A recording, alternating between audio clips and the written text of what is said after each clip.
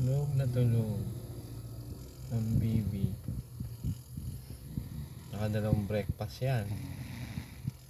Una, sabaw na may pesa, ay kanin na may sabaw ng pesa with gulay na dinurog.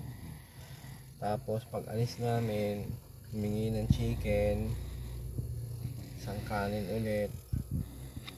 Tapos nagpabili ng cream o dalawa. Tapos after nun, sabi banana Q. Ayan, after kumain ng banana Q,